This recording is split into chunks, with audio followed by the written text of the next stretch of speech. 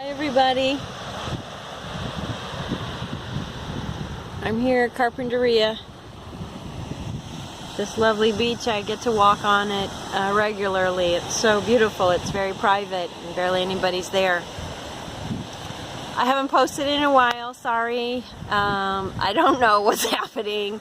I've been in some kind of vortex, and the best I can explain it is that I feel like I was a little player on Monopoly game or something, like the hat, whatever, and then I was lifted off, someone's going like this, probably my higher soul, and then put on a whole nother game.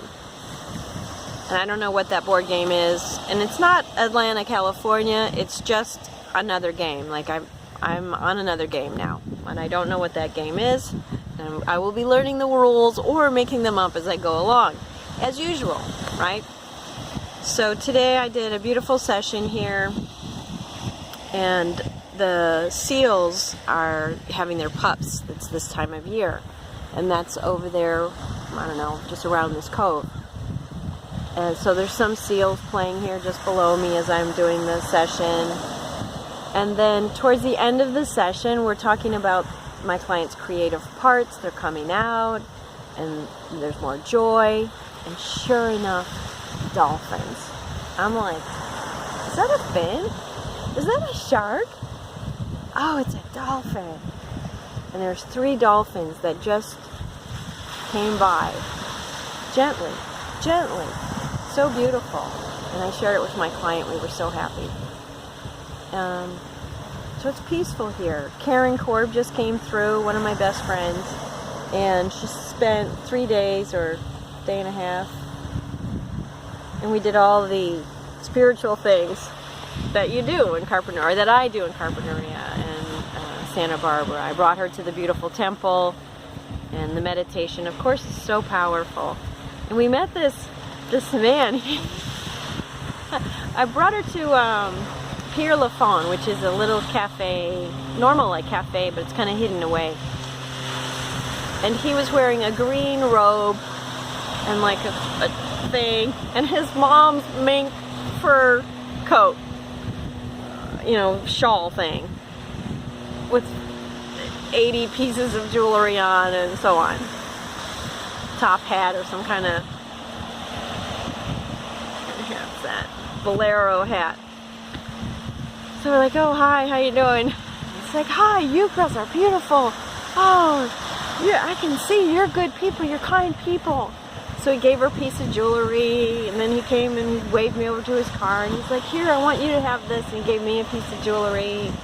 So we said, oh, come to the temple. So we loved the temple, and it's just very eccentric. But what's happening is he seems to live in his own world, and I know I live in my own world. Hopefully you live in your own world, because remember Lord of the Flies, where those kids were left to their own devices and they got a little crazy because their ego got a hold of them, and their fear got a hold of them. But what if we were left to our own devices and we could be as happy as we wanted to be? We could be as joyful and as playful and creative as we wanted to be. What if that was our reality?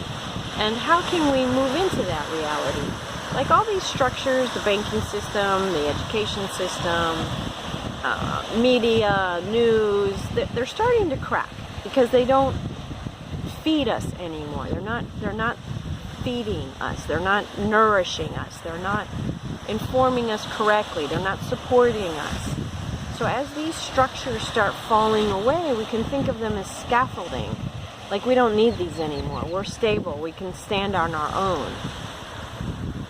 So I don't feel like the world and the chaos that we're living in is a problem anymore. I feel like it's just dropping off. And what's standing there, in spite of it dropping off, is the truth, because that's what's left. When we hit rock bottom, for instance, what's left is just the truth. Everything else disappears. Relationships, support, identity. It's like the death process as well. So I may be going through parts of that myself. My birthday's coming up at the end of the month, March 30th.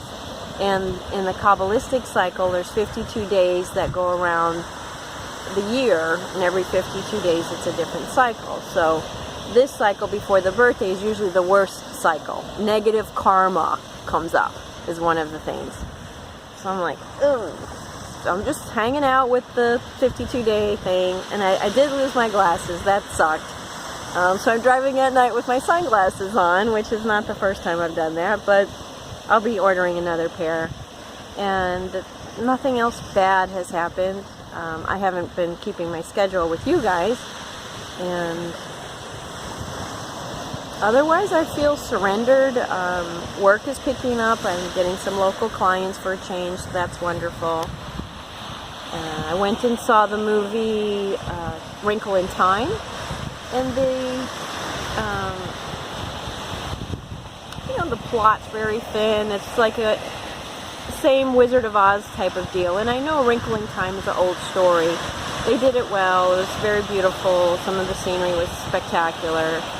But basically, the message is being true to ourselves, because we can face any adversity to that. And owning. It was very interesting, this Disney World production, Disneyland production, or it's just a Disney. Okay, the Disney production is acknowledging our negative traits, to understand them and say, yes, I'm this, and yes, I'm that, and yes, I have these weaknesses, rather than the weaknesses being our demise. It's just a part of us, and of course there's something opposite under that that's a good quality.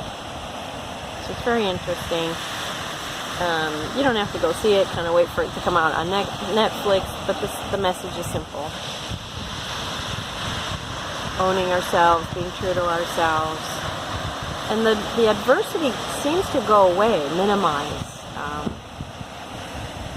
It's not important because we're not focusing on it. So I'll leave you now with the ocean again. That little guy is a seal. See his baby? See the baby and the seal? The mommy?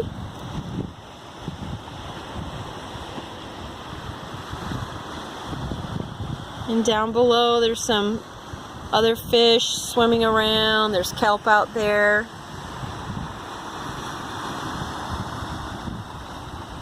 So signing off. Thank you for being in my life.